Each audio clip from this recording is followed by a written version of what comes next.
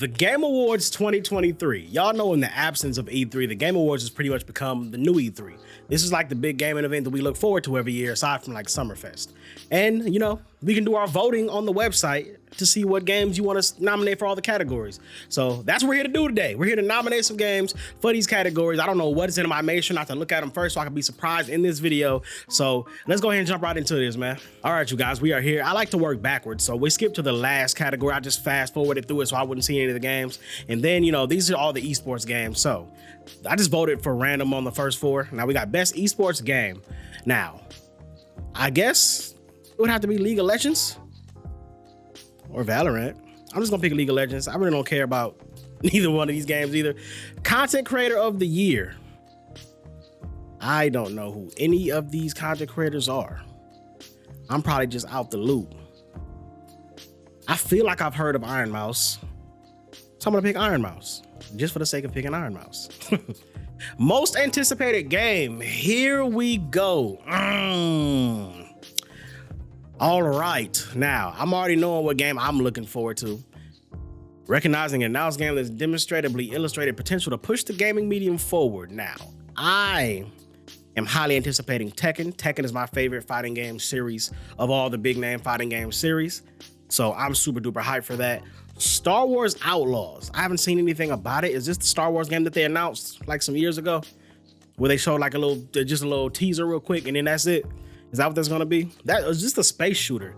If this is just the space shooter, I don't really care about this. That part has never really interested me in Star Wars. I like lightsaber battles and stuff. I don't really care about the space shooting stuff.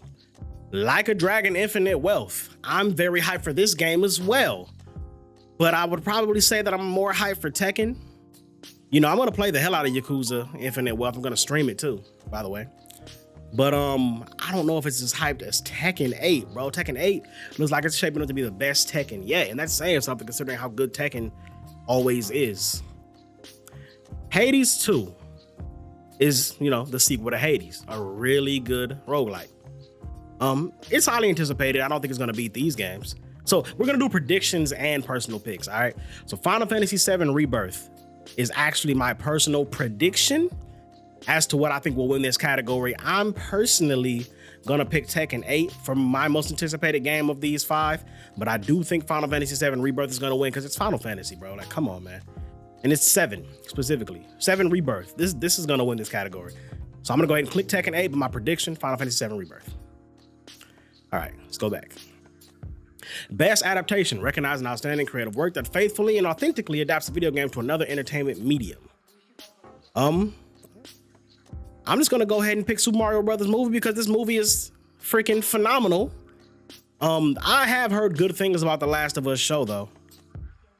The Twisted Metal show probably. Everyone roasted this show when they got a trailer, bro. Is it good? Do y'all know if it's good? I don't even know. Castlevania Nocturne, I haven't even heard of this. And Gran Turismo show, I've heard nothing of it. Like I've seen it, obviously. I mean, I've seen that the show was made, but I haven't heard anything about it. So I don't even know if it's good. I've only heard about these two. I've seen Super Mario Brothers movie. The movie is freaking phenomenal. Is it the highest grossing video game movie of all time? Did it get that? Did it get that record? I think it did. Hey man, Super Mario Brothers movie is probably gonna win this category and it's my personal pick, so let's go ahead and get that.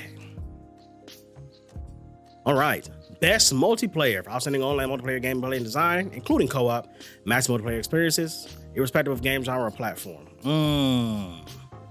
We got Baldur's Gate 3, Diablo 4, 4, Party Animals, Street Fighter 6, and Super Mario Bros. Wonder. I almost thought it said 6 for some reason for Diablo, I'm tripping. But okay. First of all, Party Animals is freaking hilarious. Super Mario Bros. Wonder is really good. Street Fighter 6 is definitely gonna be fighting tooth and nail for best fighting game category. It's probably gonna win it. We gotta see what else is on there. I heard Diablo 4 was underwhelming, but still good. And Baldur's Gate 3 is obviously a contender for Game of the Year. Again, I haven't seen the Game of the Year picks, but I'm pretty sure it's in there. So I could see Baldur's Gate winning this category. And you know what? Just because I'm also thinking about what might be in the Game of the Year category and what should be in there, as good as Baldur's Gate is, the other game that is gonna be in there that I'm pretty sure is gonna be there, I want it to win Game of the Year. So I will go ahead and give Baldur's Gate 3 best multiplayer. Street Fighter 6 will probably win best fighting game. The rest of these games these are all good games though. But if I'm gonna give Baldur's Gate a category that's not Game of the Year, I'm gonna give it this one. All right. So Baldur's Gate 3, it probably will take this category too. Like, not for nothing. It probably will just take it regardless. So let's go ahead and pick Baldur's Gate 3 and move along. Best sports / racing. Yeah, it's sports games. I don't play any of these, but I mean, if I was gonna pick one to play, I mean, Esports Football Club, that's just the new FIFA, right? I'd rather play FIFA. I like soccer games. I don't really like play them too often, but I mean, I play them. Forza Motorsport is nice too, but I do prefer Forza Horizon because I don't want to be on the little inner track. I want to be out in the country roaming around. So yeah, let's go ahead and pick Esports Football Club. Let's not spend too much time on that. And next, best sim / strategy. Best game focused on real-time or turn-based simulation and strategy gameplay, irrespective of platform. We got Pikmin 4, Fire Emblem Engage. I'm just reading from right to left now. Company of Heroes 3, City Skylines 2, and Advanced Wars 1+2 Reboot Camp. Never played the Advanced War games. I think that was before my time. I've seen a little bit of gameplay of this one though, which is probably just the trailer. It looked decent. City Skylines, I'm pretty sure you people who like the Civ games and stuff like that, like these, little city builders, but it's not really my cup of tea. Company of Heroes, I don't even know what this is, to be honest. Fire Emblem Engage is phenomenal. Absolutely phenomenal. Pikmin 4, I'm pretty sure it's pretty good too. But I'm gonna pick Fire Emblem Engage personally. And if I had to take a guess, I think it also takes this category. And Fire Emblem Engage has to win something, bro. It has to win something. So I'm gonna give it this. Let's go Fire Emblem Engage for that category. Best family. Okay, here we go. For the best game appropriate for family play, irrespective of genre or platform. Disney Illusion Island. What the hell is that? Party Animals is freaking hilarious. Again, Pikmin 4, Sonic Superstars, great game. Super Mario Bros. Wonder. If Super Mario Bros. Wonder is gonna win a category, it's gonna be this one. For sure.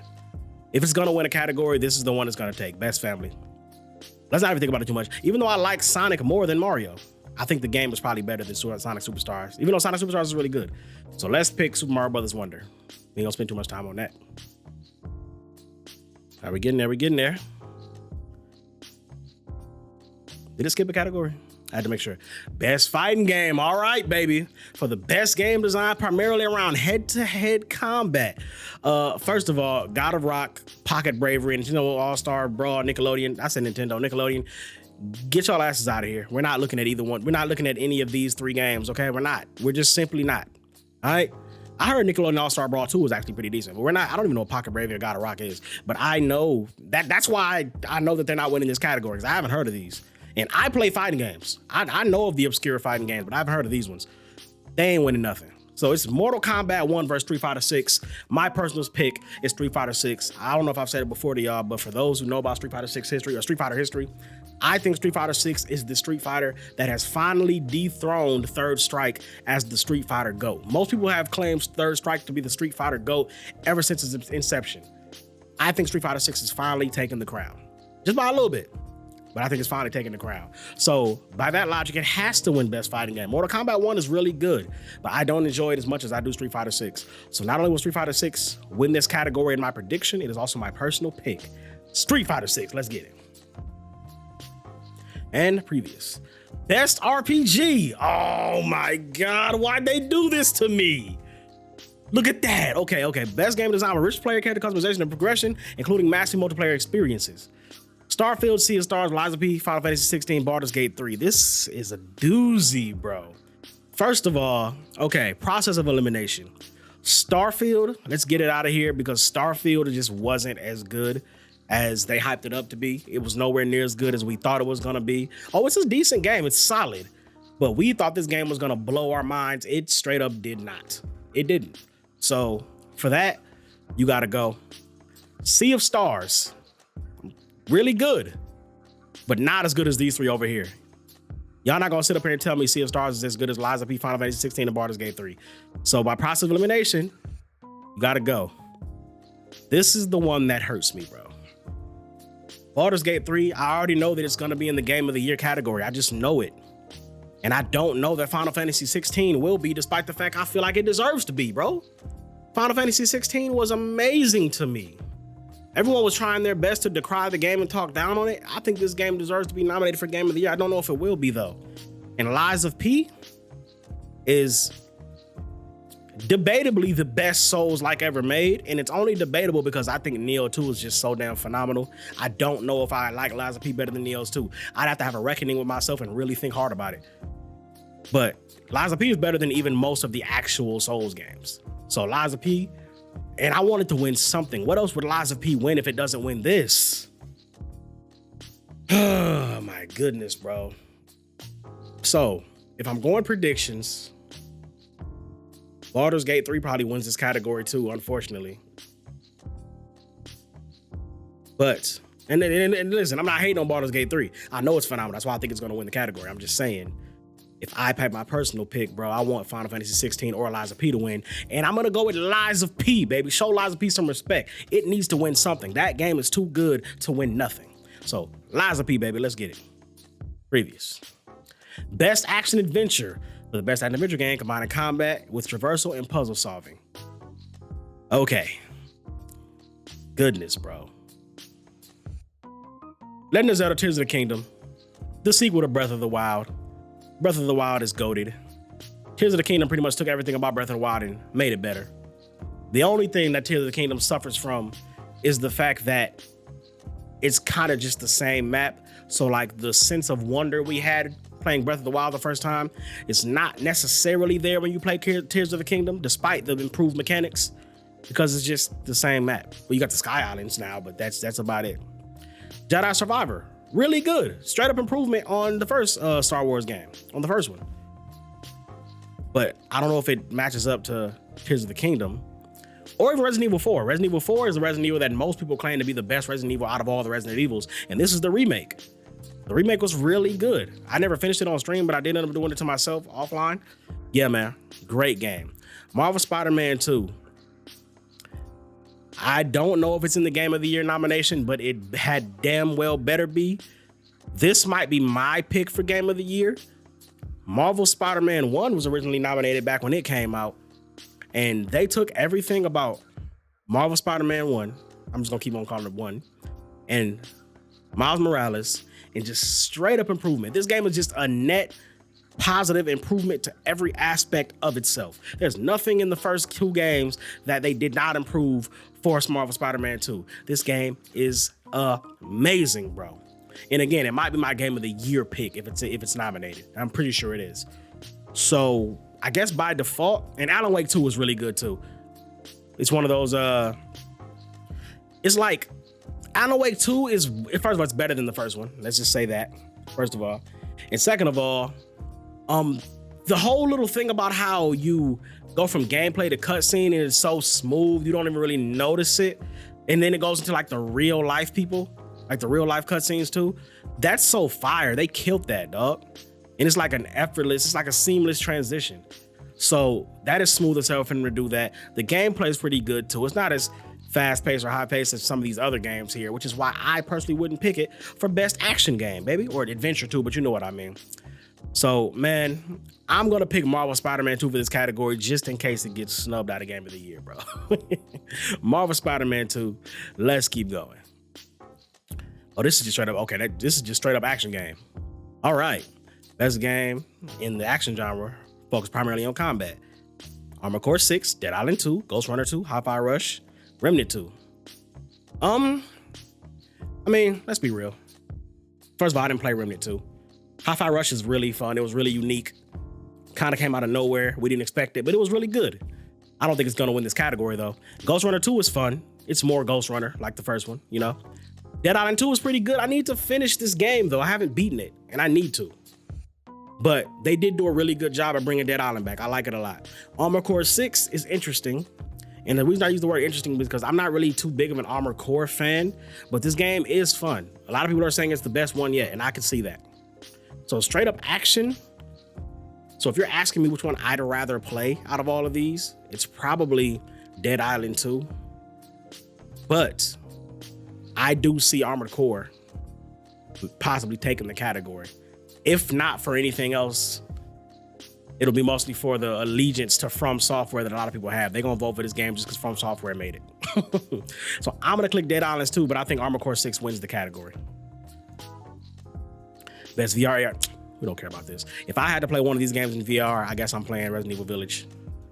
I like scary games. Village got snubbed out of getting awards when it got nominated back when it came out, and I ain't like that. So yeah, I'm gonna give it to it here. Best mobile game, I again don't care. But I mean, if I had to play one of these games, I'm playing Hawkeye Star Rail. Super duper dope. Super dope. Hawkeye Star Rail. Take that category. Keep it going. Best debut indie game. Viewfinder, Venba, Pizza Tower, Dredge, and Cocoon. I ain't gonna lie to you, I didn't play none of these. I played none of these games. There's no way that there's no other indie games that came out this year that would beat this out. There's no way. Bro, you're telling me that these are the only indie games that came out this year?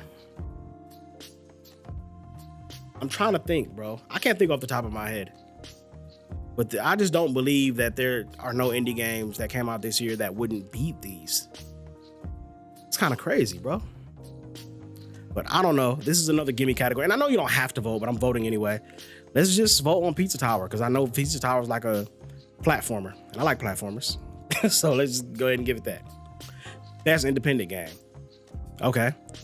Outstanding creative technical achievement and game outside of the traditional publisher system. Okay. So Sea of Stars is an indie. Okay. So what's the difference between debut indie and just best indie? Did these games already exist before? Day of the Diver is really good too. Let's pick Sea of Stars though. Let's go ahead and pick Sea of Stars. Best community support. Recognizing the game for outstanding community support, transparency, and responsiveness, including a social media activity and game updates / patches. I mean, it has to be Final Fantasy 14. This game is still going strong, baby. Destiny 2 is still going. I don't know about strong, but it's still going. No, there's still a lot of Destiny 2 players out there, but I definitely tuned out of Destiny 2 a long time ago. It got to be Final Fantasy 14, baby. No Man's Sky is way better than it was when it first came out, but it still doesn't beat Final Fantasy 14 to me. Cyberpunk 2077, another game that didn't really launch that well, but has gotten way better over the course of, the time. And they've patched the game to the point where it's like way better now. It's like actually really, really good now.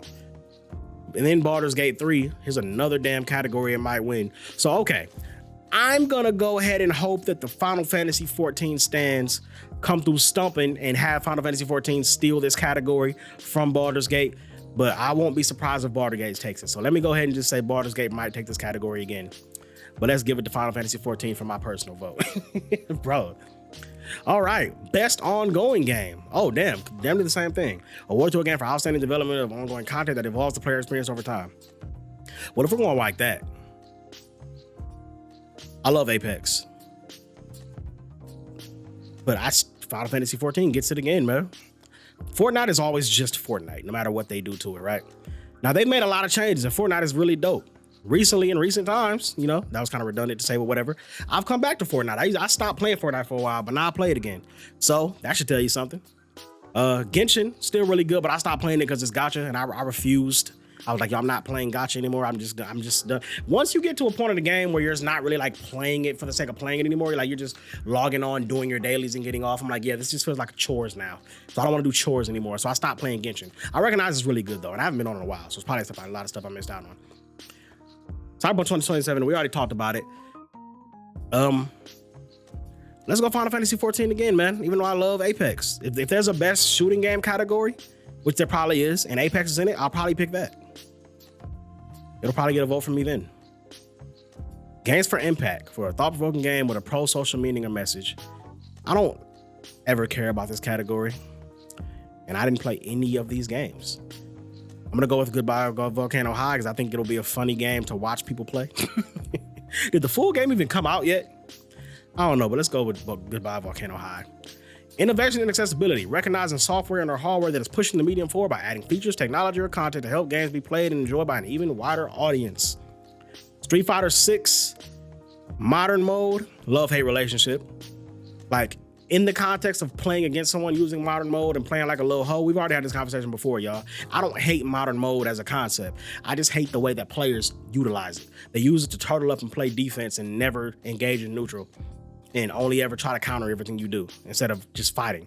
So I hate that, but it's a dope addition that I would not take away. Mortal Kombat, I don't even know what the accessibility settings in Mortal Kombat are, or any of these other ones for that matter.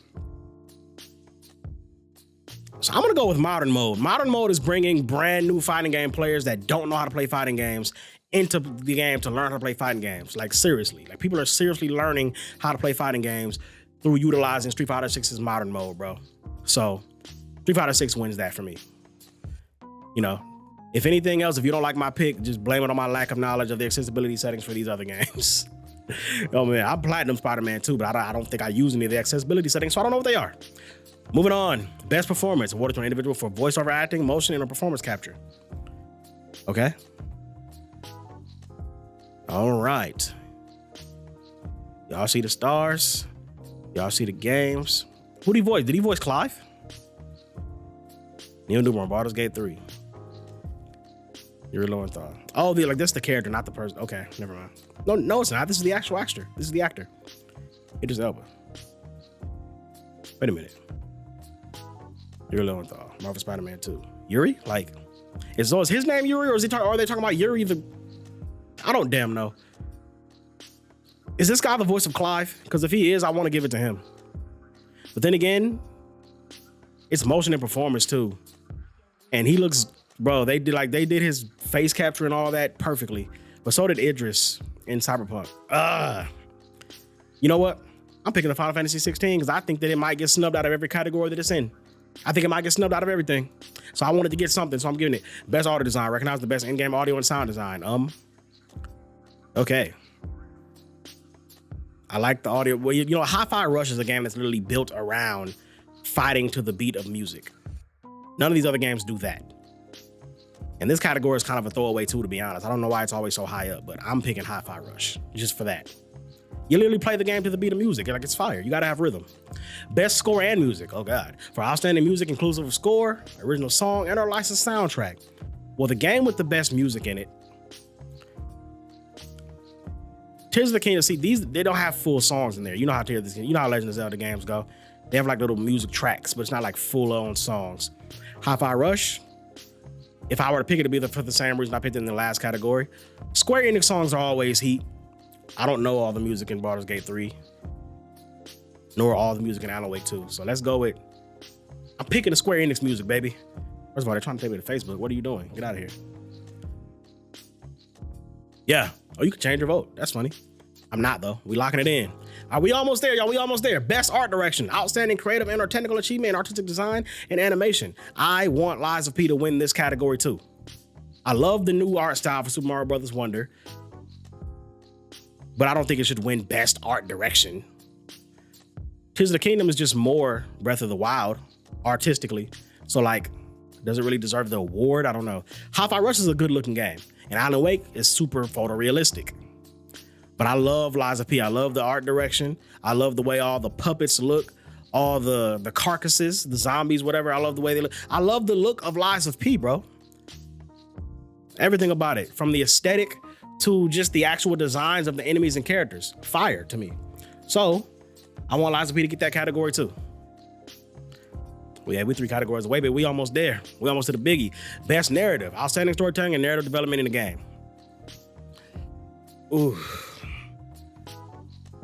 Okay. So again, with me not playing all of the story of Alan Wake 2, Baldur's Gate 3, and Phantom Liberty, I don't know the full story of Phantom Liberty, nor Alan Wake 2. I've seen enough gameplay of both of these, like through watching content creators play them, but I haven't like seen the whole thing. So I don't feel like I can judge the entire narrative, nor Baldur's Gate 3 either. But Final Fantasy 16, super dope story about a guy who goes through loss, or what he perceived to be loss anyway. He was kind of raised being treated bad, but because he had a little special ability, he started getting treated a little better. He thought he lost his brother. Found out, oh yeah, spoilers, spoiler alert. We're talking, hey man, we're on the story, best narrative category. If you didn't think there's gonna be spoilers, then you're tripping. Thought he lost his brother, ended up having his brother. Had to deal with the fact that his damn mom hates him and turned on him. And then you just go through the story, just dealing with a whole bunch of tragedy, heartache, and pain, man. But in the end, you come out on top and save the world. So I really liked Final Fantasy 16's story. I enjoyed it. Marvel Spider-Man 2 was, despite the fact that it's both Spider-Man starring in it, it was kind of just more of a coming of age of Miles. Like, Miles is the low-key main character of this game. Don't get it twisted. Like, at the end of the game, Peter even retires, and Miles is like, all right, like, I'm Spider-Man now. Like, I'm Spider-Man. So I really liked it. And if I'm gonna give best narrative to one of the games,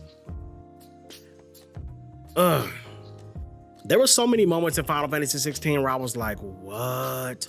Whoa. Like, there was so many of those moments in Final Fantasy 16. Some of those existed in Marvel Spider-Man 2, but not as many. So I'm gonna pick Final Fantasy 16, despite the fact that I think Marvel Spider-Man 2 is a slightly better game. Best game direction. Awarded for outstanding creative vision and innovation in game design, or game direction and design. Tears of the Kingdom is just Breath of the Wild with another mechanic added, the Ultra Hand mechanic, which is a dope mechanic, but does it deserve to win this entire category because of that? I don't know. Mario Brothers Wonder is just another Super Mario Brothers game, which is not bad. The games are always good, but does it deserve to win the category? I don't think so. Marvel Spider-Man 2. Damn, bro. It's kind of the same thing, ain't it? This is just another Spider-Man game, even though it's improved in every single way. It is just Marvel Spider-Man. Like, they didn't really innovate anything as far as like the gameplay style. Cause like, if you like Marvel Spider-Man 1, then you like this.